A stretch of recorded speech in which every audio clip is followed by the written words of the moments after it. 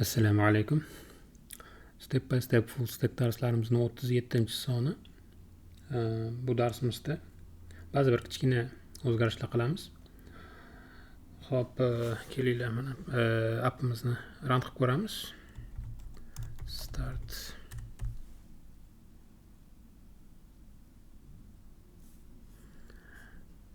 Va brauzerda ochib ko'ramiz endi. Localhost. Xo'p. Admin. Hop, demak, birinchidan login qismida navbar ko'rinmasligi kerak. Navbarni olamiz. Undan oldin demak, bitta backend qismida ozgina o'zgarish qilib olaylik. Bu nimaga tegishli? Hop.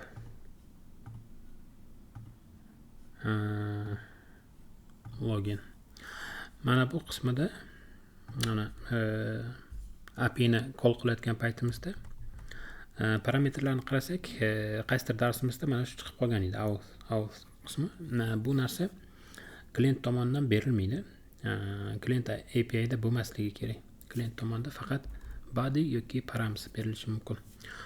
Shuning uchun mana shu narsani olib tashlashimiz kerak bo'ladi. Uning uchun demak HTTP da hop, mana bu feature API ni o'zgartirishimiz kerak. Mana feature API imizda context mana parameter, o'sha hozir biz kiritayotgan object va uni type context type.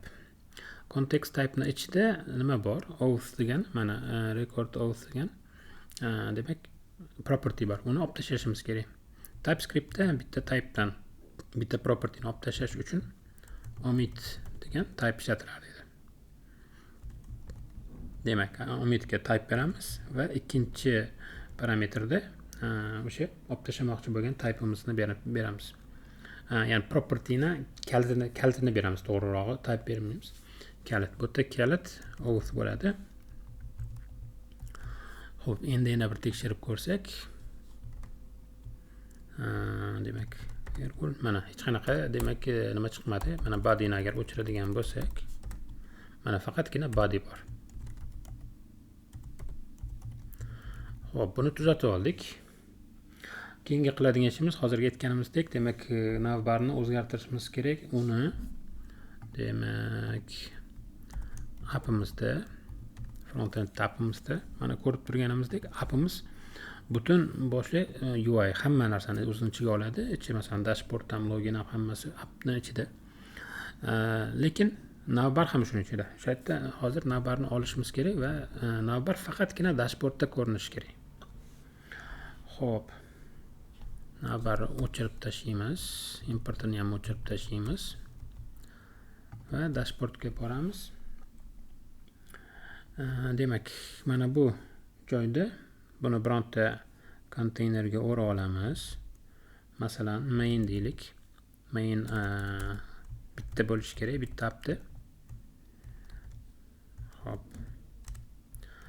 Main va tepa qismiga navbar qo'yib qo'yamiz. Navbar. Endi borib ko'radigan bo'lsak, mana loginimizda navbarimiz ketdi. Admin va appimizda demak dashboard bor. Xo'p, keyingi qiladigan ishimiz demak navbarimiz qayerda? Mana bu narsa odatda nimaroq bo'ladi? Qo'shilgan sayin ko'payib ketib qoladi. Mana shunaqa demak repetitive narsalarni demak config olish yaxshi tajriba hisoblanadi. Masalan, aytaylikki links deylik. Bular linklar tepada turgan narsalar. Xo'p, nimalari bor linkni? Aytaylikki URL bor, ya'ni path bor. Xo'p, masalan dashboardda slash bo'ladi. Keyin title yoki label deylik. Masalan dashboard.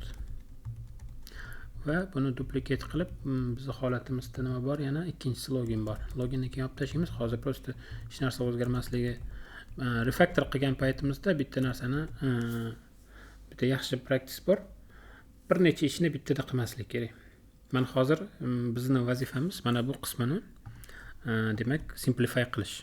Buni simplify qilayotgan paytimizda biz bilamizki loginni bu yerdan olib tashlaymiz. Bu yerda login degan nima turmaydi, link turmaydi, lekin bu ishimizga bu narsa tegishli emas. Shuning uchun bu ishimizda loginni qoldiramiz. Xo'p, nima deymiz? Links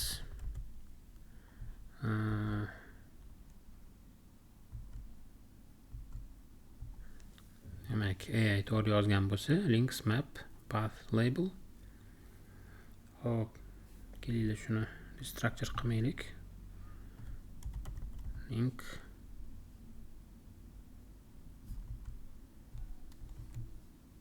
va link. Hop, key berdik. Demak navlink berdik, to ga path berdik va ichiga label qo'ydik. Bo'ldi. Endi bir tekshirib olamiz, hech narsa buzilmadimi yo'qmi? Hamma narsa joyida turibdi. Xo'p, bu joyini simplify qildik. Endi xuddi shu ishni routlada qilamiz. Routlada demak adashmasam app deydi bu. Mana. Chunki routlar yana qo'shilib boradi. Bu joyda emas, config qismida kerak bo'lsa bu yerdan extract qilib, u qismini routes faylga olishimiz ham mumkin keyinchalik. Katta ehtimol shunaqa qilsak ham kerak. Lekin nima deydi? Bitta qadamda bitta o'zgarish. Routes bu yerda ham bitta lug'at ishlataylik, path. Faqat ikkinchisida endi component bo'ladi. Component dashboard. Hop, bu bo'ladi. Login. Bu login qoladi lekin, chunki root qismida login kerak. Hop. Login. Va mana buni. Root map root. Demak, kalit qo'ydik. Path qo'ydik. Componentga root component dedik. Demak, endi rootlarni olib tashlasak ham bo'ladi. Yana bir tekshirib ko'ramiz. Logout, login rootimiz ishlab turibdi.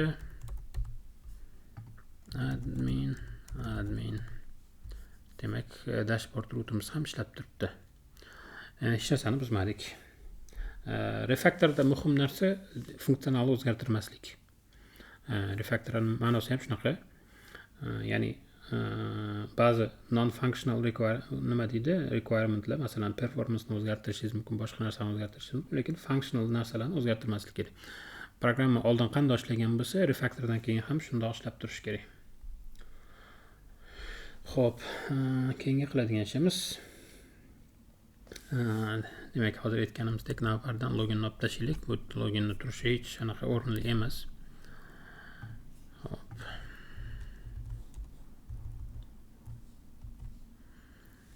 Hozircha bitta link bo'lib qoldi dashboard. Keyinchalik demak yangi featurelar qo'shganimizda linklarimiz ko'payadi bu yerda. Xo'p, bugungi mavzuimiz shu bo'la qolsin.